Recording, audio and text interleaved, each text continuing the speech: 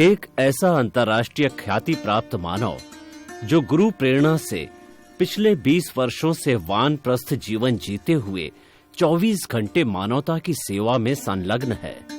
एक ऐसा मानव जो अभी राष्ट्रीय, अंतर्राष्ट्रीय टीवी चैनलों पर 7,500 एपिसोड के माध्यम से सनातन सत्य, आत्मविज्ञान एवं पुनरुत्थान व्यवहार एवं निश्चय जगत के जीवनोपयोगी विषयों पर हृदय स्पर्शी प्रवचन कर चुका है। उस मानव का नाम है महात्मा उपासक प्रोफेसर डॉक्टर सोहन राज तातेड़। प्रोफेसर तातेड़ द्वारा योग, दर्शन, शिक्षा विषयों पर रचित पीएचडी स्तर के 250 शोध ग्रंथ भारत के 100 प्रतिष्ठित विश्वविद्यालयों में शोधार्थी पढ़ रहे हैं तथा वे सभी शोध ग्रंथ वहां की सेंट्रल लाइब्रेरियों में उपलब्ध हैं। महात्मा सोहन राज ने अभी तक हजारों स्कूलों, कॉलेजों, विश्वविद्यालयों एवं संस्थाओं में सेमिनार, वर्कशॉप, कैंप लगाकर लाखों विद्यार्थियों को योग, दर्शन, शिक्षा का प्रशिक्षण देकर उन्हें सुसंस्कारित किया।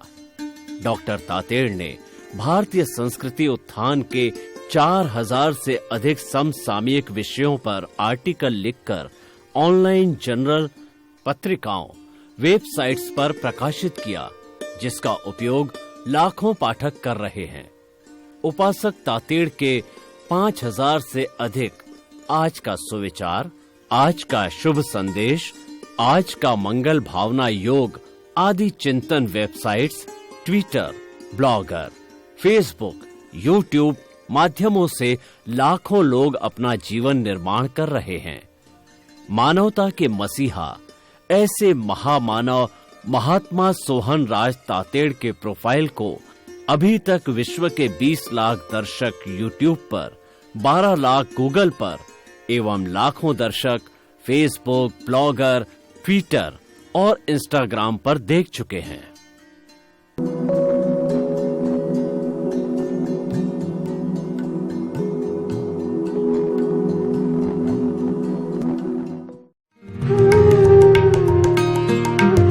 आइए, सुनिए, देखिए, समझिए सनातन सत्य। जैसी दृष्टि वैसी सृष्टि, दृष्टि विज्ञान, कुदरत, कुदरती रचना एवं कुदरत के कानून से शाश्वत सुख की प्राप्ति। जोधपुर के परम पूज्य महात्मा उपासक प्रोफेसर डॉक्टर सोहन राज तातेड़ के निर्देशन में सनातन सत्य, जैसी दृष्टि वैसी सृष्टि, दृष्टि विज्ञान।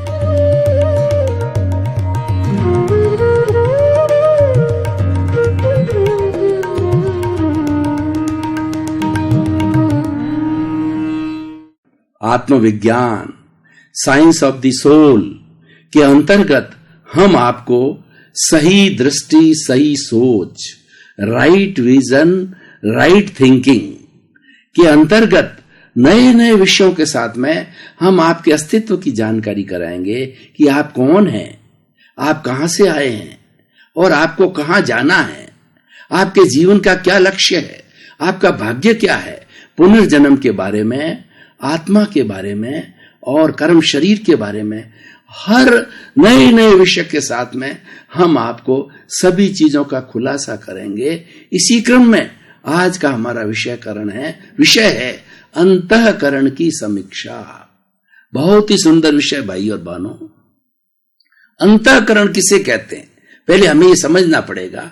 हमारे सामने दो तरह के जगत है। एक बाह्य जगत है जिसमें 5 इंद्रियां हमारी जो है वो स्पर्शन, रसन, घ्राण, चक्षु, श्रोत्राणी, इंद्रियाणी, ये 5 इंद्रियां हैं जिनके 23 विषय गिने जाते हैं। देखना, चखना, सूंघना और जो है अपना स्पर्श करना और सुनना। इसके माध्यम से 23 विषय जो है बाहर से, वातावरण से और कॉस्मॉस से जो खींच करके हमारे भीतर लाती है और भीतर उसके प्रति राग द्वेष पैदा होता या न होता है, ये जो है भीतर के जगत की बात होती है। ये हमारा बाह्य जगत है। और एक दूसरा जगत है, भीतर का जगत है, जिसको कि हम अंतःकरण कहते हैं। हम बाह्य जगत से भीतर की जगत में जाएं तो सबसे पहले हमारा मन होता है। मन क्या कार्य करता है कि 5 इंद्रियों के द्वारा जो विषय लेकर के, जैसा भी वर्ण गंध रस स्पर्श जो है वो देते हैं, तो सारा मैनेजर का काम करता है मन, और मन को ये सारे विषय जो है दे दिए जाते हैं। अब मन उसके बारे में क्या प्रतिक्रिया करती है, ये मन पर निर्भर होता है। और मन दूसरा कार्य क्या करता है कि संयोजना करता है। ये वर्तमान काल की जो 5 इंद्रियों ने जो विषय दिए हैं उसकी समीक्षा करता है, उसको बुद्धि तक भेजता है। ये तो वर्तमान काल हो गया। और उसके साथ साथ के अंदर भूतकाल की स्मृति करता है कि मैं 10 वर्ष का इतना था, 20 वर्ष का था जब मैंने ये किया, सारा भूतकाल की स्मृति करता है। और उसके साथ साथ में भविष्य की कल्पना करता है कि मुझे भविष्य में क्या कार्य करना है, भविष्य के अंदर क्या टारगेट अचीव करना है, भविष्य मुझे कहाँ जाना है, भविष्य मेरी कैसा स्थिति होनी चाहिए, मेरे जीवन का क्या लक्ष्य है। ये सब भविष्य के बारे में चिंतन, ये मन का काम है। हम इंद्रियों से मन पे आए और भीतरी जाएं तो बुद्धि के जगत के अंदर जाते हैं।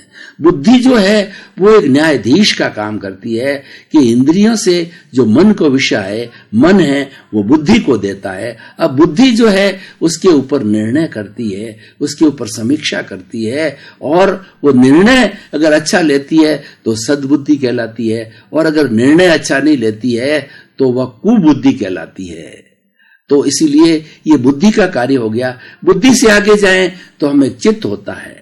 चित्त जो हमारा जो है वो चेतना की शक्ति को चित्त कहते हैं। 2 तरह की शक्ति होती है, एक पुद्गलों की शक्ति होती है, उस पुद्गलों की शक्ति को प्राप्ति कहते हैं, और चेतना की शक्ति को चित्त कहा जाता है। और चित्त है ये सारा मनन करता है, निध्यासन करता है, विचार करता है। ये चेतना की शक्ति है, ये चेतना से जो है प्रकाशित होता है। और चित्त के बाद जो होता है हमारा अहंकार होता है, क्रोध, अहंकार, माया, लोभ, उसको एक शब्द के अंदर अहंकार बोला जाता है, और 2 शब्दों में राग द्वेष कहते हैं, एक शब्द में कसाय कहा जाता है। और ये सब जो एकत्रित होता है ये सारा, उसको कार्बन शरीर कहते हैं, उसको कॉजल बॉडी कहते हैं, ये लिंग शरीर कहते हैं। और ये अशुद्धि से भरा हुआ है। जहां राग द्वेष है वहां शुद्धि है, जहां राग द्वेष नहीं है वहां शुद्धि है। अगर मनुष्य में राग द्वेष नहीं हो तो भगवान बन जाता है, और सृष्टि में तो राग द्वेष है ही नहीं।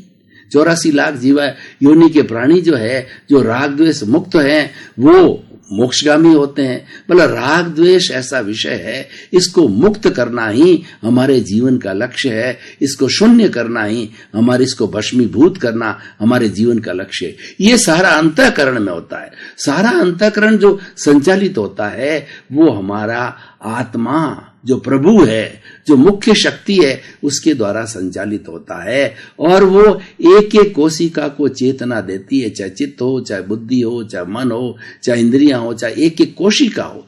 शरीर की एक एक कोशिका को चार्ज करने वाली, सबको शक्ति देने वाली है वो आत्मा है। क्योंकि असंख्य चेतनामय परमाणुओं के पिंड को आत्मा कहा जाता है। इसलिए आत्मा की साक्षी से शरीर चलता है, चित्त चलता है, बुद्धि चलती है, मन चलता है और इंद्रियां चलती है।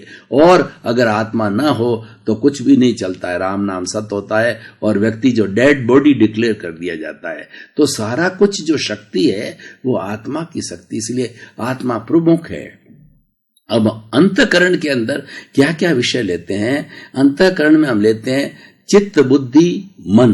मन, बुद्धि, चित्त और अहंकार, ये 4 मिलकर के अंतःकरण बनाते हैं। जैसा मैंने अभी बताया आपको कि मन के पास इंद्रियों के विषय आते हैं, उसके बाद बुद्धि के पास जाते हैं, फिर चित्त के जाते हैं, अहंकार के जाते हैं। ये सारा अंतःकरण है। अब अंतःकरण शुद्ध कब होता है? कि जबकि अहंकार न हो। अगर ज्ञान ले लिया जाता है तो ज्ञान लेने के बाद उस चार्ज अहंकार को, जो अहंकार लाइव है, जो अहंकार जीवित है, उसको भस्मीभूत किया जाता है। लेकिन जो डिस्चार्ज अहंकार है, यानी जो निर्जर होने वाला अहंकार है, वो तो रहेगा। क्योंकि वो तो जन्म जन्मांतर से जो हमारी आत्मा के साथ में एकदम समाप्त नहीं होता है। लेकिन फिर भी अगर ज्ञान लेने के बाद के अंदर इस लाइव अहंकार को भस्मीभूत कर दिया जाता है, इसको प्राणहीन कर दिया जाता है, मृतवत कर दिया जाता है, तो उसके बाद के अंदर नए कर्मों का बंधन नहीं होता है। और डिस्चार्ज अहंकार के कारण बर्फ की शिला की तरह जो कर्मों का बंधन है, वो जो कार्मण शरीर है, जो राग द्वेष है, वह पिघलता रहता है। और उस पिघलते हुए को ज्ञाता दृष्टा ज्ञान लेने के बाद क्या होता है, ये सारी चीजें अंतःकरण से जुड़ी होती है। और अंतःकरण जो है, जब एक अंतःकरण जो है उसके साथ में प्रतिष्ठित आत्मा बनती है। प्रतिष्ठित आत्मा के अंदर जो डिस्चार्ज राग द्वेष का होता है वो सारा प्रतिष्ठित आत्मा में रहता है। और शरीर और हमारी आत्मा ये दो विभाग हो जाते हैं। ज्ञान लेते ही लाइन ऑफ डिमार्केशन होती है कि आत्मा में से जो उसकी रिप्रेजेंटेटिव, उसकी भाव सत्ता है, जो प्रज्ञा है, वो बाहर निकलती है और सारा संचालन अपने हाथ में लेती है। एक तो प्रज्ञा का जगत हो जाता है, दूसरा हमारा ये अहंकार वाला जो अंतःकरण है उसका जगत हो जाता है।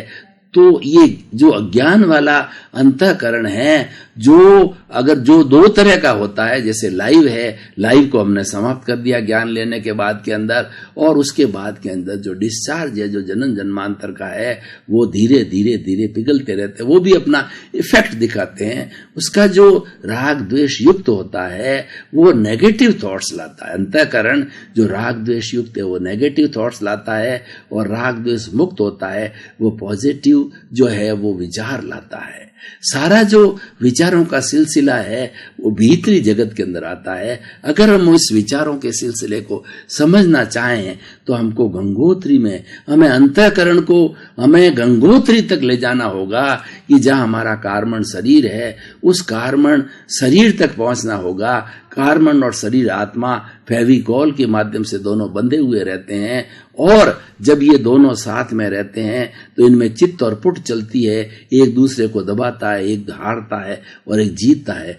तो इन दोनों के चित्त पुट होने से जो है अध्यवसाय बनता है, एक तरह का सर्किल बनता है, एक तरह का ओरा बनता है, अध्यवसाय बनता है। उस अध्यवसाय में से प्रारब्ध निकलता है, उदय भाव निकलते हैं कर्मों का, और वो उदय भाव निकल करके और हमारा एक तेजस शरीर होता है। शरीर तीन तरह के होते हैं। ये जो है हमारा स्थूल शरीर है, दूसरा तेजस शरीर है, वो बहुत बड़ी फैक्ट्री है। वहां रूपांतरण होता है, व्यक्ति का रूपांतरण होता है, चरित्र का रूपांतरण होता है, विचारों का रूपांतरण होता है, और लेशिया का रूपांतरण होता है, और वही अंतःकरण है, वही अंतःकरण गिना जाता है।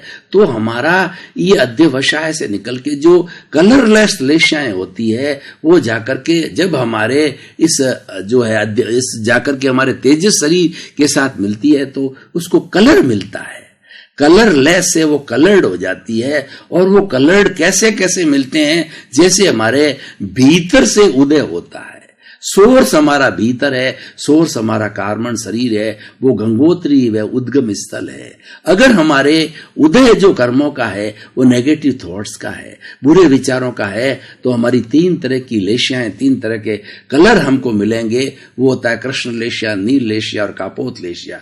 कृष्ण लेशिया के अंदर क्या होता है कि एकदम जो है डल कलर के, जो ब्लैक कलर के जो है वो गहरे ब्लैक कलर के जो है वो हमें तेजस शरीर के अंदर मिल जाते हैं।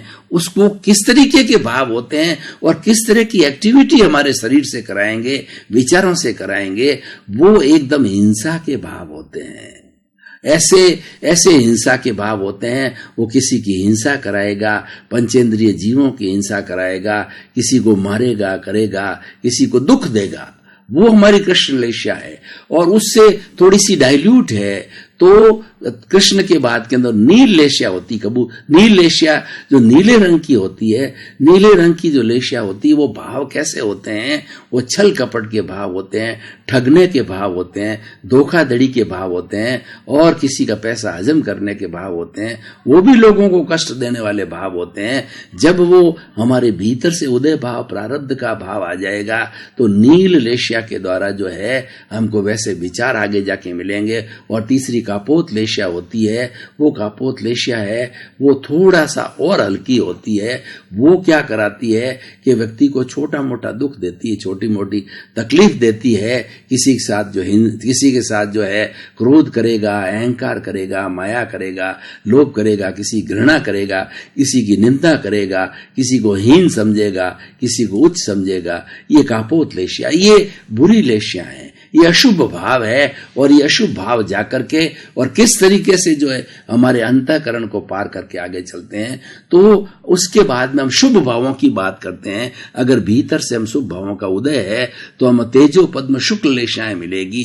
तेजो लेशिया होती ब्राइट, चमकता हुआ हमारा अरुणिमा रंग। सूर्य उगता है और जैसा उसका चमकता हुआ रंग होता है, अरुणिमा रंग की जो है वो लेशियाएं जाकर के कलरफुल हो जाती है तेज शरीर से संपर्क करके, क्योंकि जैसा उसका विचार होता है वो हमें जो शांति देती है।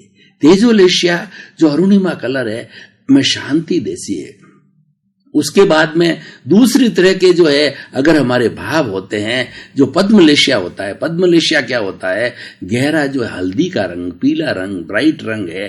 वैसी लेशियाएं जब हमारे तेज शरीर में पैदा होती है, हमारे अच्छे भाव होते हैं, हमारे जो प्रसन्नता के भाव होते हैं, आनंद के भाव होते हैं, सुकून के भाव होते हैं, शांति के भाव होते हैं, तब हमारी ये पद्मलेशिया होती है। और एकदम प्योरिटी के भाव होते हैं। सबको हम आत्मवत समझते हैं। 84 लाख जीवा योनि के भीतर विराजमान शुद्ध आत्मा भगवान को हम निर्दोष दृष्टि से दर्शन करने लग जाते हैं। सबको आत्मवत समझते हैं, सबको आत्म तुला तराजू पर एक समान तोलते हैं कि सारी सृष्टि के जितने भी प्राणी हैं मेरे जैसे, मैं दुख नहीं चाहता हूं तो उनको दुख न दूं। इस तरीके की प्योर एकदम व्हाइट कलर की जब लेशिया आती है तो वो प्योरिटी लाती है और वो हमारे भीतर जो है वो शुक्ल लेशिया लाती है। हमारे भीतर जो है वह जो एकदम जो है शुभ भावों की लाती है। तो ये शुभ और अशुभ भाव जब हमारे भीतर से आते हैं, जो हमारे पूर्व जन्म के अंदर कॉजेस डाल के आते हैं, तो उसका उदय होता है, जिसको प्रारब्ध भी बोला जाता है। अब क्या होता है कि जब हमारे इस अंतःकरण से, जब हमारे इस तेजस शरीर से वो जब शुभ और अशुभ लेशियाएं जो है वो एंडोक्राइन ग्लैंड्स होती है हमारे शरीर के अंदर, और उसका संबंध चित्त से होता है, तो चित्त से जुड़ करके वो एंडोक्राइन ग्लैंड के अंदर जो वाइब्रेशन शुभ और अशुभ आई थी वो उस तरीके से वो लिक्विड फॉर्म में बदल जाती है।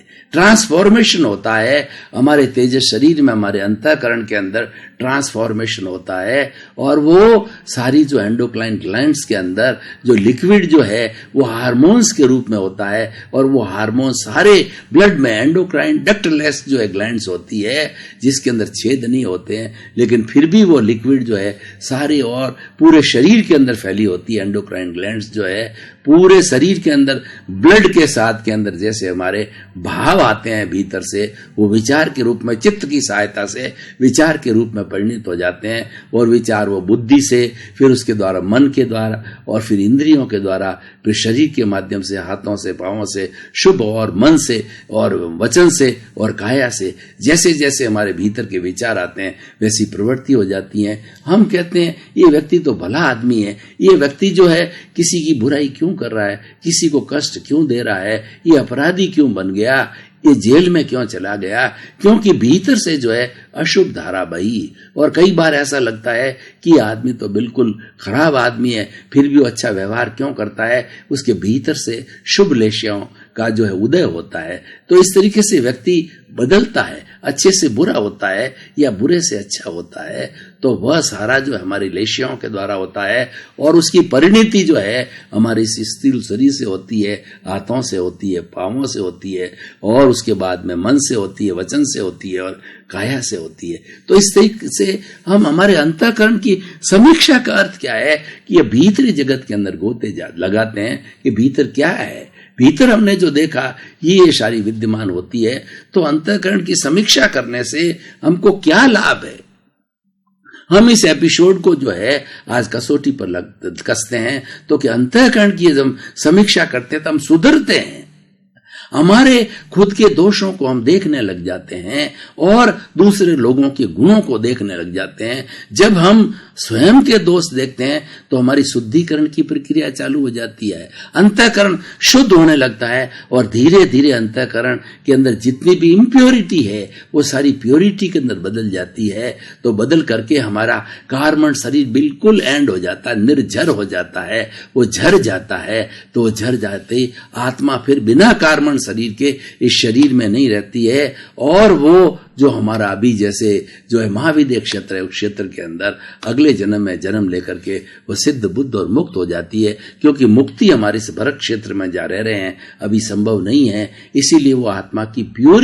प्योर अवस्था जो है यह आना संभव नहीं था। सतयुग था, उसके अंदर भगवान विराजते थे, तीर्थंकर विराजते थे, केवली विराजते थे, वो ज्ञानी थे। उन ज्ञानियों की ज्ञान से, उनकी साक्षी से, उनकी कृपा से और उनके साथ के अंदर रहने से जो है और उनकी कृपा के माध्यम से ज्ञान जब मिल जाता था, आत्मज्ञान जिसकी हम बात कर रहे हैं, जो हमारा विषय है वो एब्सोल्यूट नॉलेज का विषय है। और धीरे धीरे अनुभव के बाद के अंदर ये आत्मज्ञान पहले 100% उसकी प्रतीति होती है अंतःकरण में, प्रतीति के साथ में वो ज्ञान जब अंतःकरण के अंदर उतरता है तो लगभग 15% हमारा लक्ष्य बन जाता है, जागृति बन जाती है कि हमें ज्ञान में रहना चाहिए, 5 आज्ञा में रहना चाहिए और प्रज्ञा के अनुशासन के अंदर रहना चाहिए। प्रज्ञा हमको कभी भटकाती नहीं, बुद्धि तो हर क्षण भटकाती जाती है। ये सारा अंतःकरण है। जो अंतःकरण के अंदर मैंने बताया कि मन, बुद्धि, चित्त और अहंकार ये अंतःकरण के अवयव, अंतःकरण के घटक हैं। इसीलिए हम उनकी बार बार समीक्षा कर रहे हैं कि इसमें से जो अहंकार जो है वो हमारे अंतःकरण को दूषित करता है। उस अहंकार को घोलना है, उस अहंकार को धीरे धीरे डाइल्यूट करके और उसको शून्य करना है। जब ये शून्य हो जाएगा तो एकदम प्योरिटी की अवस्था हो जाएगी और कार्बन शरीर पूरा शिथिल होकर के धाराशायी हो जाएगा। तो भाई और बहनों, दर्शक, हम आपको बताना चाहते हैं कि एपिसोड जो है हमारे जीवन के लिए कितना उपयोगी है। हर व्यक्ति अगर बाह्य जगत के साथ साथ में थोड़ा सा भीतरी जगत के अंदर जाए और भीतर में जो प्रभु है उसके साम्राज्य को देखे, भीतर में जो भगवान विराजमान है उसके साम्राज्य को देखे, उसके गुणों को देखे और उसकी समीक्षा करे तो उसको रियलिटी मालूम होगी कि वास्तव में रियलिटी क्या है। कि मुझे अहंकार नहीं करना, ये रियलिटी है। मुझे राग द्वेष नहीं करना, रियलिटी है।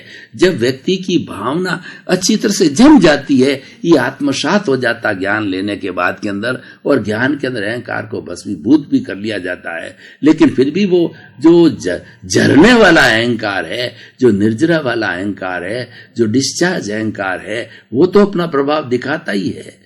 तो वो कोई भी प्रभाव दिखाते, हमारा लक्ष्य रहना चाहिए कि मैं ज्ञाता हूं, मैं दृष्टा हूं, मैं देखने वाला हूं, मैं जानने वाला हूं। मैं किसको देख रहा हूं? मैं अंतःकरण को देख रहा हूं। और अंतःकरण को कैसे देखना है? राग द्वेष मुक्त होकर के हमें हमारे अंतःकरण की समीक्षा करके एक ही कोशिकाओं को ये मैसेज देना है कि राग द्वेष छोड़ो, राग द्वेष को धीरे धीरे कम करो। सबसे बड़ी अशुद्धि है राग द्वेष है, भटकाने वाला राग द्वेष है, दुख देने वाला राग द्वेष है, तकलीफ होने वाला राग द्वेष है, आत्मा को मुक्त नहीं होने वाला ये राग द्वेष है, और आत्मा को शरीर में कैद में बांधे रखने वाला ये राग द्वेष है, और अगर हमारे अक्षय सुख को रोकने वाला ये राग द्वेष है। तो अंतःकरण समीक्षा का हमारा मुख्य उद्देश्य यही है कि राग द्वेष को पिन पॉइंट करना है, राग द्वेष को घटाना है और राग द्वेष को लक्ष्य में रखना है। कोई चीज को जब हम लक्ष्य में रखते हैं तो वो हमारा लक्ष्य धीरे धीरे बढ़ता जाता है। चाहे हमारा लौकिक जगत हो, लौकिक जगत के अंदर किसी व्यक्ति ने दुकान खोल रखी है तो उसका लक्ष्य होता है प्रतिदिन मेरी आमदनी बढ़नी चाहिए, घाटा नहीं होना चाहिए। प्रतिदिन अगर मान लो 1000 रुपए भी बढ़े या 10,000 रुपए बढ़े तो धीरे धीरे वो लखपति, करोड़पति, अरबपति भी बन जाता है। और प्रतिदिन घाटा लगता है तो दुकान बंद हो जाती है, क्योंकि वो उसके लक्ष्य में है। व्यापारी का लक्ष्य हो जाता है कि मुझे आमदनी को बढ़ाना है। विद्यार्थी का लक्ष्य हो जाता है कि जो मेरा कोर्स है प्रतिदिन मुझे हृदयंगम करना है। डॉक्टर का लक्ष्य हो जाता है कि मुझे मरीज का अच्छी तरह से जिस लाइन का है, आंखों का डॉक्टर है, हार्ट का डॉक्टर है, किडनी का है और जो है वो हड्डी का डॉक्टर है, उसका लक्ष्य एक ही रहता है दिमाग के अंदर कि मुझे मरीज का सुधार करना है, मरीज के जो बीमारी है उसको ठीक करना है। तो ये लक्ष्य में, ये हमारे अंतःकरण की समीक्षा करने से हर व्यक्ति के लक्ष्य में चीज आएगी कि राग द्वेष को कम करना है। तो कितना सुंदर विषय है। अगर इस विषय को हमारे विश्व के 7 अरब के लोग जो है पालन कर ले आत्मविज्ञान को, ये आत्मविज्ञान के तहत बताया जाता है, ये सही दृष्टि, सही सोच के तहत बताया जाता है, ये राइट विजन, राइट थिंकिंग के तहत बताया जाता है, ये साइंस ऑफ द सोल के साथ बताया जाता है कि ये कुदरत का कानून है। अगर आप राग द्वेष को बढ़ाओगे तो 84 लाख जीवा योनि में भटकते रहोगे और अंतःकरण की समीक्षा करके आप राग द्वेष को घटाते जाओगे, प्रतिदिन घटाते जाओगे तो आपको खुद को महसूस होगी कि मेरे जीवन में कोई दुख नहीं। दुख की परिस्थितियां जो कि हम कोहस डाल के आए हैं, दुख होते हुए भी हमको दुख की अनुभूति नहीं होगी। ये इस बात का द्योतक है, इस बात का यार्ड स्टिक है, इस बात का मेजरमेंट है कि आपका राग द्वेष धीरे धीरे बढ़ रहा है। और जब बढ़ते बढ़ते जो ये एकदम काफी शून्यता की अवस्था में आ जाएगा तो आपका अनुभव धीरे धीरे बढ़कर के राग द्वेष 0 हो गया तो आपका अनुभव बढ़ते बढ़ते केवल ज्ञान की स्थिति आ जाती है। क्यों केवल ज्ञान को रोके रखा है, इस राग द्वेष नहीं रोके रखा है। मन बुद्धि चित्त अहंकार है, सबका मालिक अहंकार है। तो इसलिए हमें अहंकार पर चोट करनी है। अहंकार पर चोट कब होती है कि ज्ञानी पुरुष तीर्थंकरों से अभी मौजूद नहीं है। भाइयों बहनों, आपका बहुत बहुत धन्यवाद। आप आत्मविज्ञान देखते रहिए, जीवन के गूढ़ रहस्यों को प्राप्त करते रहिए और अपने जीवन को धन्य बनाएं, सार्थक बनाएं। ये जो गूढ़ रहस्य बताए जा रहे हैं आत्मविज्ञान में, किसी पुस्तक में नहीं, ये तो अनुभव से आ रहे हैं। पूरा आत्मविज्ञान जो केंद्र में आत्मा है और वही आत्मा बुलाती है, वही आत्मा विचार देती है, उसी आत्मा के अनुभव आते हैं और वही अनुभव आपको परोसे जाते हैं। इसीलिए आप आत्मविज्ञान कार्यक्रम रोज देखें। आप देख रहे हैं और आप अपने समस्त परिवार वालों को, मोहल्ले वालों को, शहर वालों को, सबको प्रेरित कीजिए। क्यों ज्ञान दान महादान होता है। आत्मविज्ञान प्योर आत्मा का ज्ञान देता है। इसीलिए इसी क्रम में आपका जीवन आनंदमय हो, ज्ञानमय हो, धन्य हो और आप परोपकार करते हुए आप अपने जीवन का कल्याण करें। आपके प्रति मंगल भाव।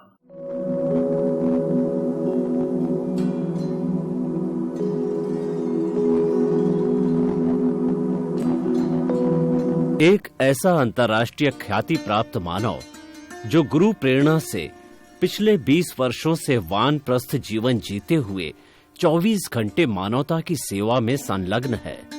एक ऐसा मानव जो अभी राष्ट्रीय, अंतर्राष्ट्रीय टीवी चैनलों पर 7,500 एपिसोड के माध्यम से सनातन सत्य, आत्मविज्ञान एवं पुनरुत्थान व्यवहार एवं निश्चय जगत के जीवनोपयोगी विषयों पर हृदय स्पर्शी प्रवचन कर चुका है। उस मानव का नाम है महात्मा उपासक प्रोफेसर डॉक्टर सोहन राज तातेड़। प्रोफेसर तातेड़ द्वारा योग, दर्शन, शिक्षा विषयों पर रचित पीएचडी स्तर के 250 शोध ग्रंथ भारत के 100 प्रतिष्ठित विश्वविद्यालयों में शोधार्थी पढ़ रहे हैं तथा वे सभी शोध ग्रंथ वहां की सेंट्रल लाइब्रेरियों में उपलब्ध हैं।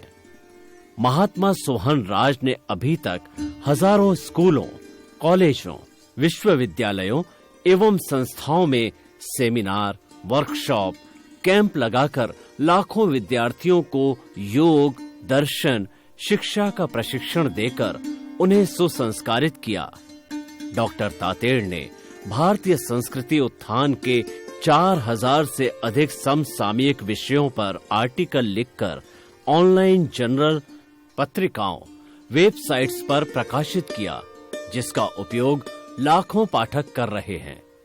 उपासक तातेड़ के 5000 से अधिक आज का सुविचार, आज का शुभ संदेश, आज का मंगल भावना योग आदि चिंतन websites, Twitter, blogger, Facebook, YouTube माध्यमों से लाखों लोग अपना जीवन निर्माण कर रहे हैं। मानवता के मसीहा ऐसे महामानव महात्मा सोहन राज तातेड़ के प्रोफाइल को अभी तक विश्व के 20 लाख दर्शक यूट्यूब पर, 12 लाख गूगल पर एवं लाखों दर्शक फेसबुक, ब्लॉगर, ट्विटर और इंस्टाग्राम पर देख चुके हैं।